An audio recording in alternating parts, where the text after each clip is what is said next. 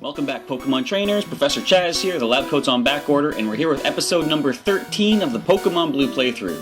What happened in the last episode, there was a lot of stuff that went down. If you missed it, go on and check it out on my channel, but I'll give you a quick recap. We took on Lieutenant Surge in Vermilion Gym for our third Pokemon League badge, and after doing so, we decided to come back to the Viridian Forest because we were quite impressed with the technique that his Pikachu used in the battle. Actually, no, Pikachu dropped really quickly, but I just wanted a Pikachu, so we came back here, and as you can see from the side layout, and in the team recap I'm about to do, we caught a Pikachu, but we'll save him for last here. First of all, we'll do the recap of the overall team. Here we have Critter the Butterfree at level 22. He's got a pretty decent special stat at 43. Moveset is Confusion, Tackle, Stun Spore, and Sleep Powder. Next up we have Chirp the Pidgeotto at level 22 also. 43 for speed, and you see the other stats there. He's got Quick Attack, Gust, Sand Attack, and Whirlwind. Next we see Shelbert, our starter Pokemon Squirtle at level 22. He has Bubble Beam, Water Gun, Bite, and Tail Whip. Next we see Rocky the Sandslash, and I just dug out of the forest. Where does this take us? So we're back in Vermilion City, and check me out Rocky's stats here. We see he's at level 22. Look at the attack and the defense. Now, he did evolve after the gym battle in the last episode into Sandslash. He's got, obviously, Dig, Slash, Cut, and Sand Attack as well. Next up, we have Squeak the Eradicate at level 24. That's our highest level on the team right now. Speed is 59. We're almost at the 60 on that speed there. And he has Hyper Fang, Quick Attack, Tackle, and Tail Whip. And of course, our final Pokemon is the newly added to the team, Pikachu. Level 3, so it's going to take a little bit of training to get him up to speed with the rest of the team. Only got Thunder Shock and Growl for the time being. Now, as he is still asleep, we're going to pop back into the, apparently, Vermilion City Pokemon Center and heal up the entire team. I didn't know Dig would actually take us out of the forest. Now, I did click Dig by accident, but I would have expected it just not to do anything. Anyway, that saved us a little bit of backtracking, I suppose, because we do have to head up to Cerulean City next. Now, I'm going to do a quick thing with the items. We're going to head to Rock Tunnel next, and Rock Tunnel is pretty dark, and we want to be able to use, light the place up with the HM05 Flash, and that is why we did go back to get a Pikachu, because Pikachu, as you can see, is able to learn Flash, and boom, Pikachu learned Flash. Now, I'm going to do one more thing. I want to teach one more move to Pikachu for the time being. We do have the Thunderbolt TM from Lieutenant Surge, but I don't want to use that yet. There's Rest. I got to find the right TM. I can't remember it by number. In fact, while we're here, I'm going to start depositing some items and withdrawing certain items as well. I don't know if I mentioned it yet, but there is quite a limit to the amount of items you can carry in this game, not only in your bag itself, but in the PC also. So since we did finish up with this SS and we don't need the ticket anymore, we'll put that away. We're going to keep all of our items here except for, well, once we get to Cerulean City, I can actually cash in the bike voucher, so I will do that. We don't need the Rest TM for the time being. And we'll put that away. And we don't need the HMs either, because we already have Cut on Rocky, and we already have Flash right now. And that's the Thunderbolt TM. I'm going to hang on to it just in case I do want to teach it to Pikachu, but what I want to do is withdraw. Let me think if I can remember it by number. I probably can't. I'm going to take pretty much all the TMs that I have. Alright, and let's check TM01, we'll see what this one is. I'll check these three first. I could tell you what item or what TM I want to teach Pikachu, but I want to save it as a bit of a surprise. No, that was Brock's. 12, I think that was Water Gun. TM01, what are you? Mega Punch. No, not that one. Alright, bear with me folks, just gotta sort through the items here. Let's get rid of those TMs. Yeah, TM12, I'm pretty sure that's the one we picked up in Mount Moon, which does teach Water Gun. And I was on the fence about teaching it to Squeak for some type diversity, but his special stat really isn't very good to make use of that, so it would have been kind of a waste if I gave it to my Raticate. Alright, let's withdraw another trio of TMs. Could be TM04, that sounds about right. And 45, we'll grab that. Now I'm thinking it might be TM8. Let me just grab these four. We saw the SS ticket, so we know we're at the bottom of the list of what was in the computer already. Now, let's see which one gives me the move I'm looking for. That ain't it, that's Whirlwind. This is Thunder Wave. Useful, but I'm pretty sure Pikachu learns that naturally. Here we have Seismic Toss. Now that would be good at some point, but for the time being, I just want to go with Body Slam. Now, if you've been following my Wi-Fi battles, and you see the times that I've used Pikachu, he actually has Body Slam, which is a move he can no longer have in the current games because it's from a previous generation. Now, the original way I taught it to him, there was a move tutor in Fire Red who would teach one of your Pokemon Body Slam, and that was it for the whole game. Kind of like a TM, but it wasn't an item you would pick up. So, since Pikachu does have that as a unique attack in the current generation of Gen 6, I'm going to teach it to him right here, right now. Pikachu has learned Body Slam. Now, once he eventually gets to the point where he has the Light Ball, when we can actually hold items, it's going to be that much more powerful. So, just one more quick thing, I'm going to deposit the TMs that I don't need for the time being. I will deposit the Thunderbolt for the time being, I suppose. And we get rid of the Whirlwind, the Thunder Wave, and Seismic Toss. So in this episode, I'm going to mention, I just put the Moonstone away, didn't I? Well, I don't need that either right now. But in this episode, as we do a little bit of backtracking through the region, I'm going to talk a little bit about nicknames, which is actually kind of interesting. Like, I've done some research and some experimentation as far as nicknames go. If you notice on the side layout, and in my Wi-Fi battles, all of my Pokemon have like proper sentence case for their names. Capital first letter and lowercase for the rest of it. However, as you see on our screen, since we didn't nickname Pikachu, you might have noticed in the playthrough, and even in your own playthroughs of the Gen 1 games, actually Gen 1 through Gen 4 did this. The wild Pokemon, naturally their names are all capital. And same thing for like trainer classes, like if you've seen a battle a Lass or a Bug Catcher, it's all capital letters. And I'm actually going to lead Pikachu. I just realized I got to get him some experience. And let's do a quick rearrangement here. So, Squeak would be next, but he is level 24, so we'll put him at the bottom. Chirp, then Critter. No, Shelbert, Chirp, then Critter. And then Rocky will bring up the rear as far as leveling up goes. Okay, we are good to move. So, yes, all Pokemon naturally have all capital letters for their names. Now, in Gen 5 and up, like so Black and White, when they first came out, they actually changed it so that the wild Pokemon have proper sentence case for their names, so capital first letter, lowercase the rest of it. And I thought that was really interesting because as a person who likes things to be consistent, whenever I nickname my Pokemon, like Shelbert for example, capital S, everything else is lowercase, it was weird to see a capital, like all capital Pikachu on the screen. So what I would actually do is choose to nickname the Pokemon and just change the case of the name. The problem with that is, if it is a Pokemon that I do evolve, like if I were to evolve this Pikachu and I nicknamed it with lowercase, if I nicknamed it Pikachu and then evolved it into Raichu, that actually doesn't change the name. So he would be a Raichu with the nickname of Pikachu. So I noticed in Gen 5, first of all, we're going to cut our way through here. Wait, I got to get that bike voucher, or that bike. So anyway, I noticed in Gen 5 they changed the case structure of names, and I thought, oh, that's kind of interesting. So if I have my Pikachu with capital P, lowercase everything else, and trade it up through the Poké Transporter, and if I actually evolve it to Raichu, does that change the name? And I tested it. A bike voucher! Here we go! Now we can move quickly, everybody. So I actually caught some other Pokemon in Gen 4. I think it was like Shelder and Staryu, things that I could evolve quickly with a stone evolution. And I'm going the wrong way. Actually, I can cut my way through down here. So I caught these Pokemon. Some of them, like, I did 2 tests. I nicknamed one with lowercase, and I didn't nickname another. Now, when I sent them up with the Poké Transporter into my white game, I decided, let's actually evolve these Pokemon and test things out. Now, first of all, as soon as the all-capital name of, say, Shelder, when that traded up, it actually did change to the lowercase. So if it didn't have a nickname, and the computer of the white game actually determined that it was supposed to be lowercase. So, by evolving each of them with a stone, I actually found out that if you nickname... Hang on. You have Pokemon with you. You're mine! Alright, let's fight. Now, as we fight, I found out that the Pokemon that I actually nicknamed with lowercase, when I evolved it with the stone into Cloyster, it still kept the name Shelder. But the one I didn't nickname, which was automatically converted over to the lowercase of the new naming structure, it did change its name to Cloyster. So, all that being said, if you nickname a Pokemon in the first 4 generations that is, it's the name of the species with like proper sentence case, the game considers that to be a nickname, even though it's the exact same name of the species.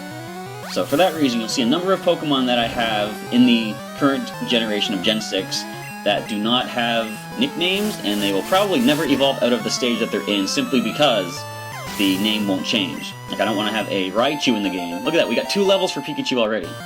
So yeah, I wouldn't want to have a Raichu in the game with the nickname Pikachu. So, just to keep things consistent in the playthrough, I'm not going to nickname Pokemon like that.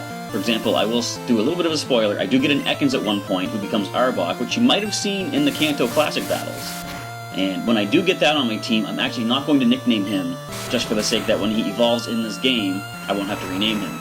Because if I was to nickname him Ekans with lowercase letters, when he becomes Arbok, his name would remain Ekans. I would have to take him to the name raider and actually get it changed over, which I used to do back in the day.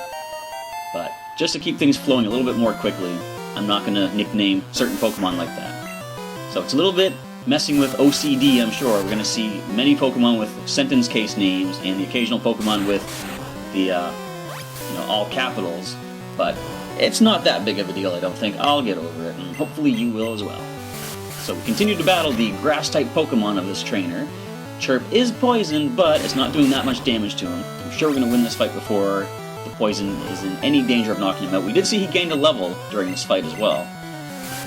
So there's going to be a number of trainers to encounter on our way to Rock Tunnel, but we can breeze through them pretty quickly. By which I mean Quick Attack. Quick Attack, I'm pretty sure, has the same base power as Gust. So I try to use them evenly unless I'm up against something else that might actually have its own Quick Attack, in which case I would like to outspeed and just get the KO. Take as little damage as possible. So with a critical Gust attack, that Bellsprout drops, and the junior trainer female is done. You deceived me! How did I deceive you? What did I do? What did I say? You need light to get through that dark tunnel ahead. Well, that's why we have Pikachu. Alright, so we're going to use one of our antidotes. I think I might want to head back to the Pokemon Mart. And we don't have Fly. Hey, let's see if Dig works out here. Nope. Chaz, this isn't the time to use that. You know what it is time, or you know what it is the time to use. Listen to the music. I love this. You just ride around. Oh, okay. Chirp is poison. I can't ride around all willy-nilly. Alright, so Rocky cut our way through. We'll go heal up and grab some potions. Not potions, but antidotes. Hang in there, Chirp. We can make it. Don't you faint on me now. Alright, here we go. Now, it's interesting. The bike does speed up your progress, but it also increases the rate that you get poisoned at. It's really unfortunate. You would think that they would put some sort of allowance for the fact that you're moving faster. That should slow down the poison, so to speak. It should give you, like, maybe 10 spaces before a poison affects you, but I don't know. Either way, we did make it. Chirp didn't faint. Not that it's a Nuzlocke we're playing, but if it was, certainly that wouldn't have been good to find that we have no antidotes in a situation like that. Okay. Look at our money. I'm going to get 10 for sure. We can do good work with 10 antidotes. I think that's all we need for the time being. We got some pretty decent potion supply. And once again, we can take a little bit of a shortcut by, why am I choosing items? By cutting our way through here.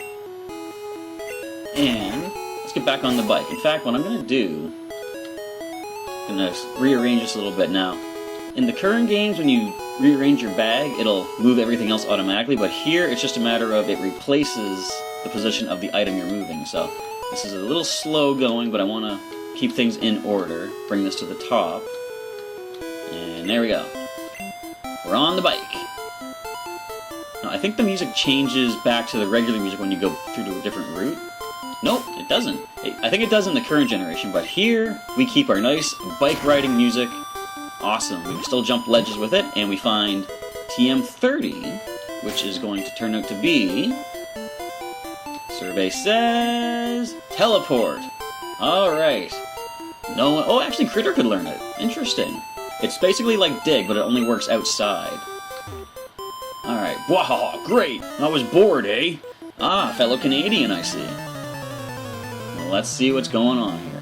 So our hiker, and as I say, capital H-I-K-E-R, wants to fight and sends out Machop. Pikachu, you can not handle this. You're coming back. So I'm going to send out Shelbert. I didn't use him in the last fight because there was a lot of grass types, and Shelbert just wouldn't have done good against those particular Pokemon. But against a Machop, he should be able to do pretty decent. With the Bubble Beam, and we could use Bite because it is not resistant, because in this game it is a normal type move. In fact, let's bite this thing just because a critical hit us. Well, that was a mistake. I thought we would have got the KO. But we're going to go ahead and shoot off a water gun now. This should drop the Machop. And if this hiker has a rock and ground type, as I suspect he might... Ooh, 2 more levels for Pikachu. And a level for Shelbert also. Awesome stuff. Yeah, this is an easy win. We're 3 levels higher. This isn't like Brock's Onix. Alright. I'm going to let the bind go through, actually. I'm going to see how many times it hits, and then we're going to fire off that Bubble Beam. That's 4. Can you get the 5th one? You get the 5th one. So that is the max number of turns bind can affect us. So they actually missed the 2nd time, and with the Torrent boost of, wait, Gen 1, no abilities. Onix is down to a critical Bubble Beam. That was excessive. I somewhat apologize, but then I somewhat don't because of that 5-turn bind. Keep it coming, eh? Oh wait, I'm out of Pokemon. I got 700 bucks. Shelbert is not evolving. I don't know why the screen says this. It is clearly going insane. There we go. Alright, so let's rearrange our Pokemon. You sure had guts standing up to me there, eh? Okay, you're taking the Canadian stereotype of A little too far there, I gotta say. Eh? Alright, let's switch these Pokemon around. Critter will be the next one to get Pikachu some levels. And I like how Pikachu looks like a Clefairy. Do I want to heal Shelbert? Nah, I should probably save the potions. Or the potions. I kind of don't like leaving Pokemon weak like that, because I know it doesn't really affect the game, but to me it's like, the Pokemon is in pain, it needs help, but... Route 9, Cerulean City to Rock Tunnel. Alright, another trainer here, get some more experience. Who's that walking with those good-looking Pokemon? Why, it's me, sir. Thank you for noticing. Okay, Junior Trainer Male. He's got 2 Pokemon, and he's leading off with a Growlithe. Level 21. Now, Critter is next in line to train, but I don't think I want to send him against a Fire type, so we're going to get Rocky some more experience. We can use the Dig Attack. We can also use Cut. Does he have Slash still? Or did he learn Slash yet? Let me check the moveset. He does have Slash. Dig might be overpowered, but you know what? I don't think well, Critical Slash might do it. Let's go for Slash. And it didn't do it. It was critical, though. There is a Bite. No, Cut, I think, can get the KO right there. So, Pokemon number 1 is down. Pikachu again gains a level. Level 8 now. No new moves yet. And a Charmander! Look at this thing! Bye! I don't think your defense is as good as Growlithe. Clearly it's not. Alright, another trainer down. Out like a light! 420, and... keep walking! Okay, I'm on a bike actually, I can't walk. So, no one leveled up from that. Nope, okay. I lost track of that already. And trainer number 4 of the episode. I got up early every day to raise my Pokemon from cocoons. We're gonna see some Beedrill and Butterfree perhaps here. What do you got, Bugcatcher? You got 2 Pokemon. And as expected, we find a Beedrill. So Bug, Poison. Critter is weak to the poison, but he resists any bug attacks. And it is weak to confusion, so we're gonna send Critter in on this. One Cocoon evolved Pokemon versus another. Fury attack. Now my defense isn't super good, Beedrill's attack is decent, but you see it's only doing 3 per hit. That's not too much to worry about. Let's go with Confusion for some super effective damage. In this game, since the special stat is, combined of the attack and defense, Beedrill's special is not that good. Now nowadays it actually has a pretty decent special defense. Pikachu trying to learn Thunder Wave. There's that natural Thunder Wave. We can replace Growl with that for sure. We don't need Growl.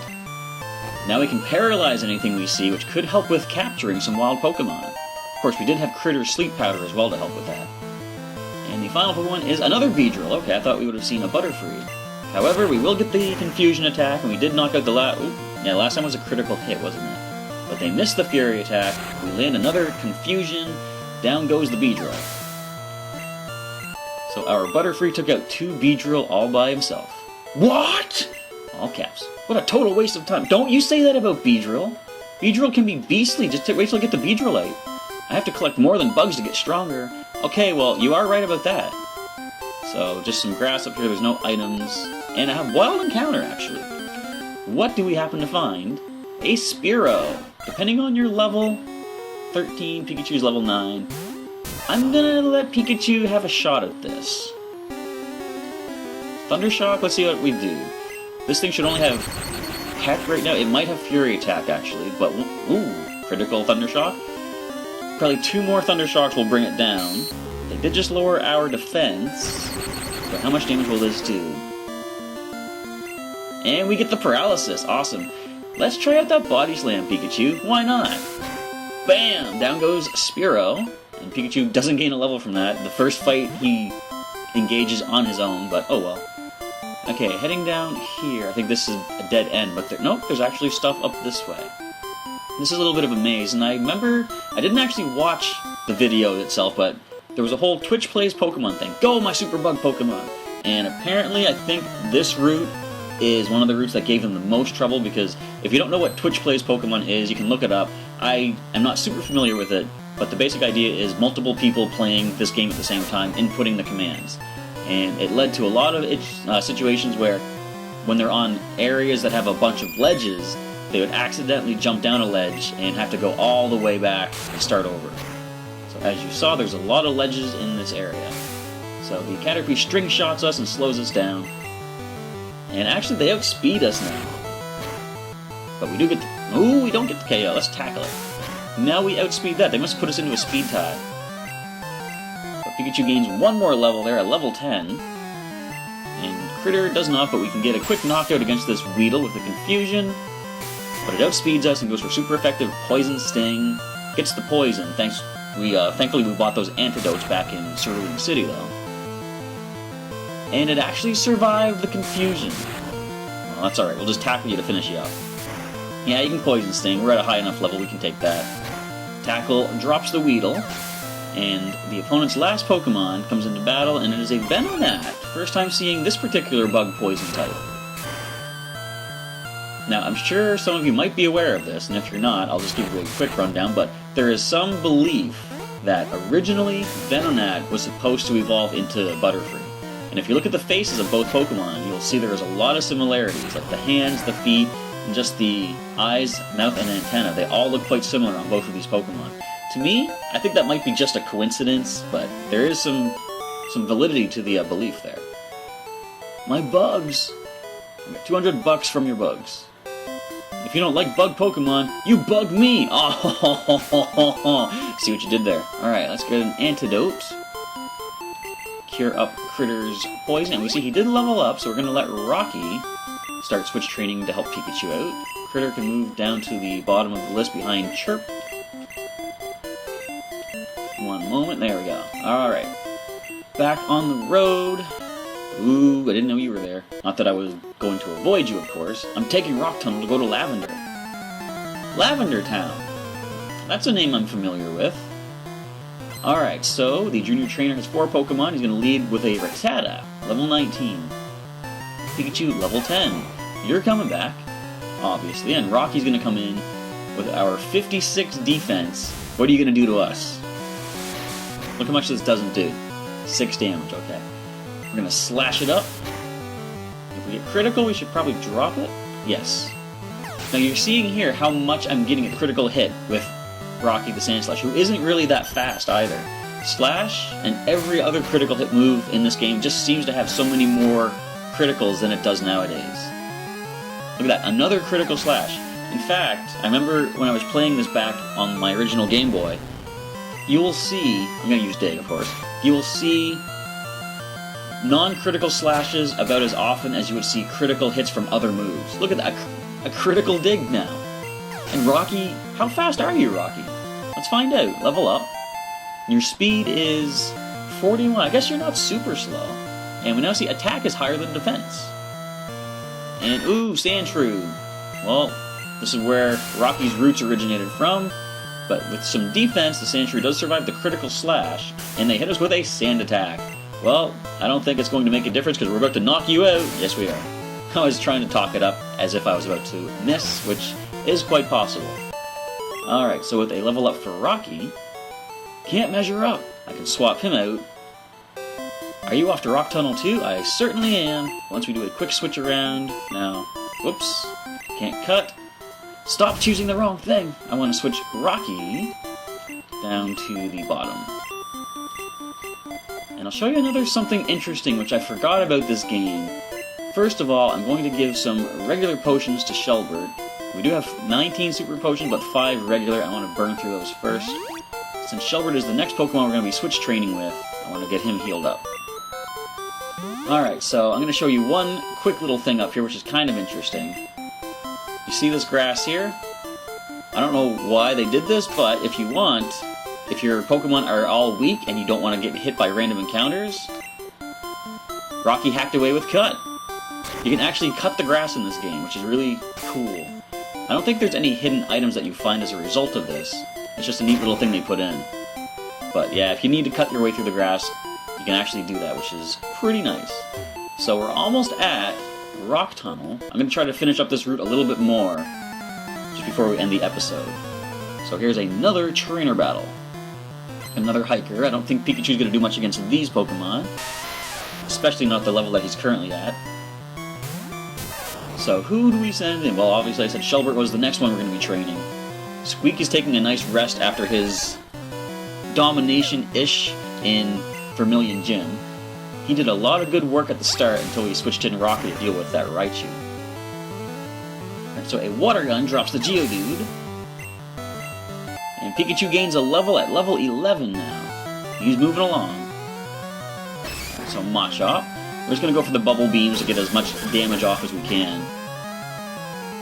One more might do. Ooh, Low Kick. Finally a new move for Machop.